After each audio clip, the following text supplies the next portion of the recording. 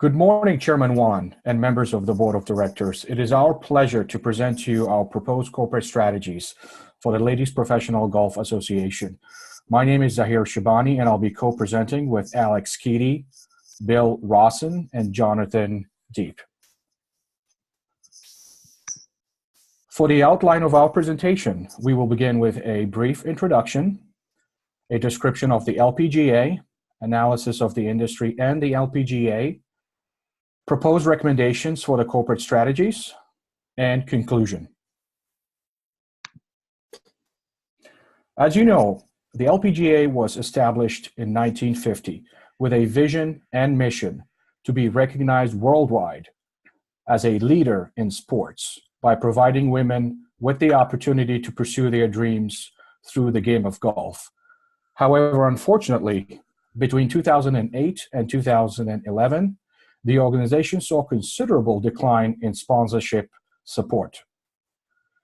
Porter's Five Forces, SWOT, Decision Matrix, and Net Profit Value Analyses were business tools that were utilized to perform an industry and capability analysis. We are here today to propose corporate-level strategies that are efficient, cost-effective, and provide the right products and services for the LPGA to expand its market share, profitability, and enhance its corporate competitive advantage to achieve economies of scale and economies of scope.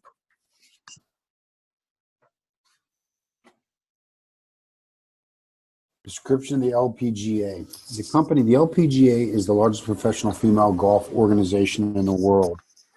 The LPGA provides the largest prize purse in earnings, therefore it attracts the greatest talent that exists in women's golf. Its headquarters in Daytona Beach, Florida, and was established in 1950.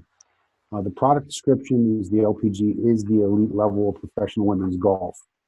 The size, 530 tour members and 125 are international players, with 14.6 million coming from TV revenue and 5.8 million from sponsors.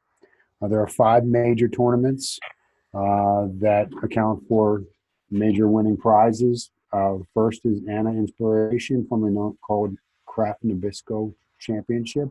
Second is Women's PGA Championship. And the third is the Women's British Open.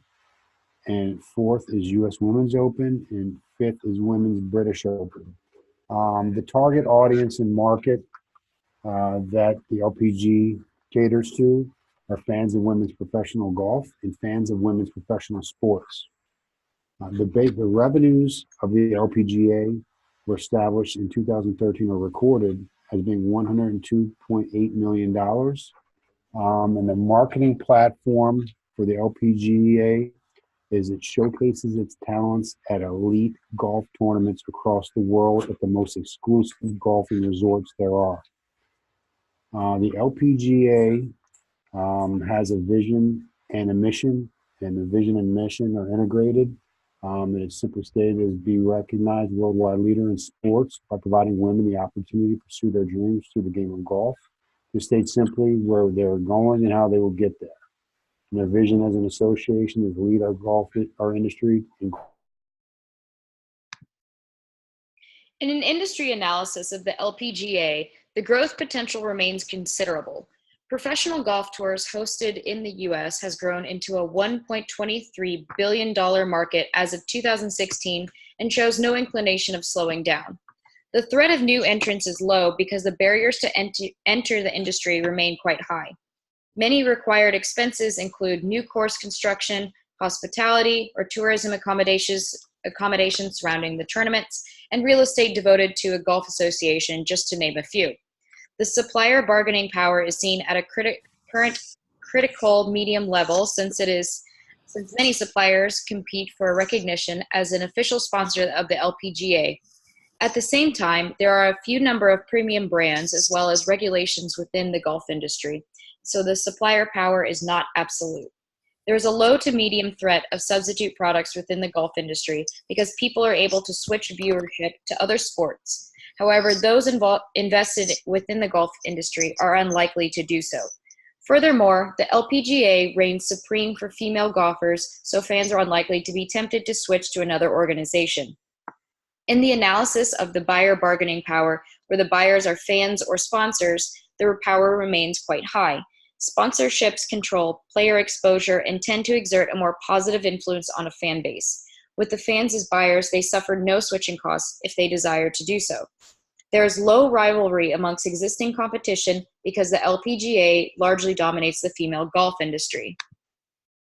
The LPGA is recognized for their achievements in offering scholarships and assistance programs geared towards women and girls interested in golf.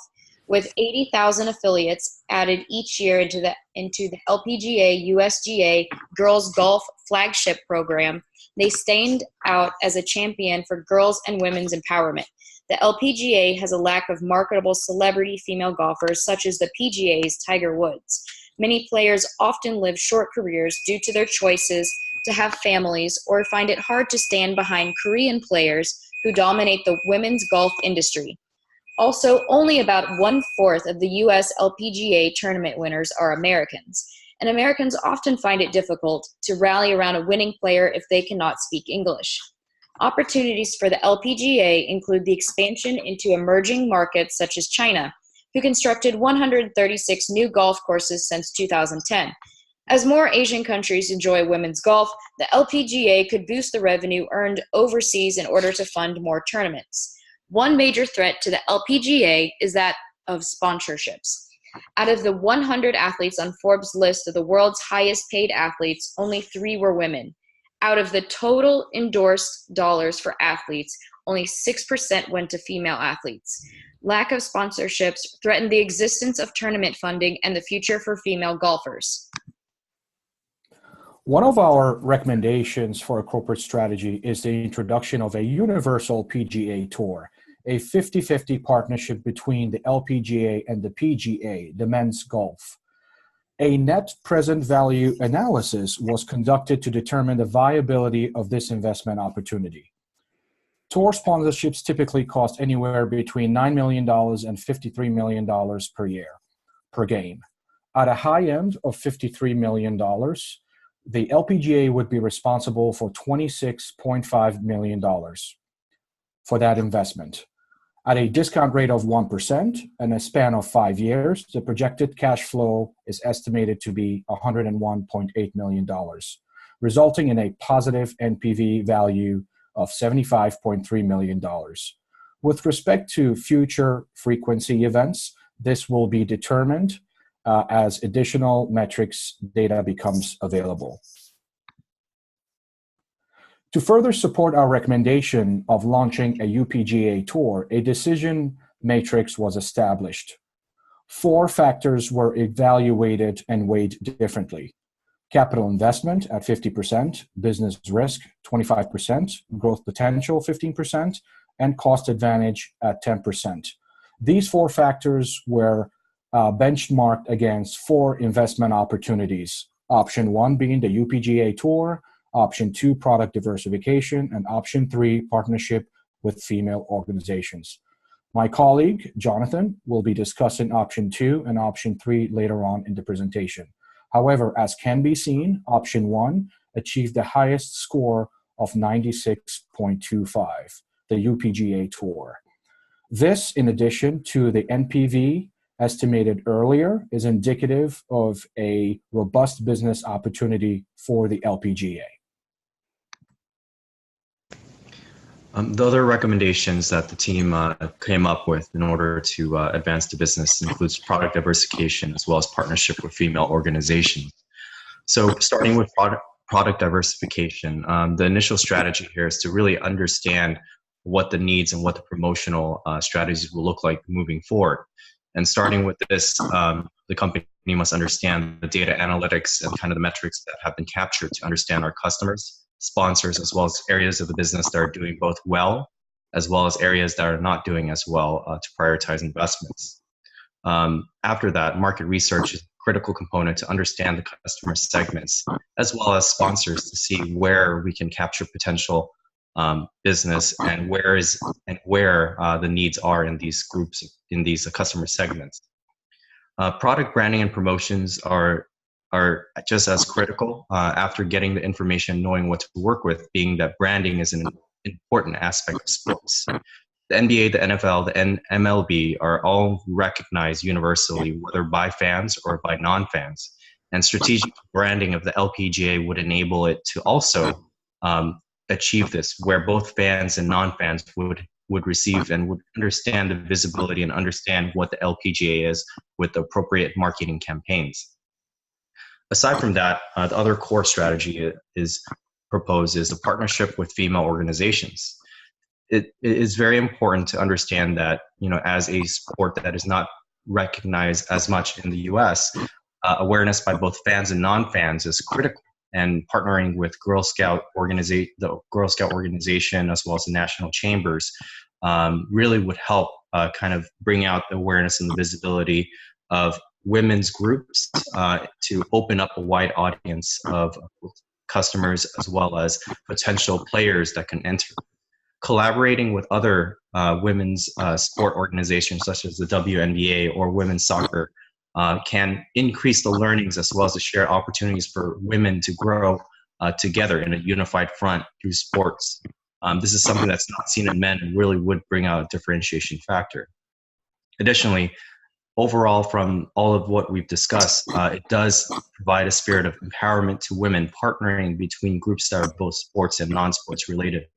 The LPGA can really key in on the strengths and really build upon them to empower women as a whole for it. So in conclusion, between all of the different evaluations that the team has taken a look at, with the Porter's 5, the SWOT analysis, and others that have been mentioned, the corporate strategy grinds down to 4 different aspects of it, of which is to understand the metrics, to understand the data that is attained through the different evaluations, prioritize resources from the data, understand what the value is that can be gained from the customers as well as the sponsors that provide an opportunity for the sport to continue. Ultimately, these will drive the more aggressive campaigns that are done through marketing and different initiatives that need to be targeted. And ultimately, it will allow to build strategic alliances and raise awareness through efforts that go through female organizations, and ultimately to launch the UPGA, which would allow the business to move forward in a very different manner and in a possibly successful collaboration in the sport of golf.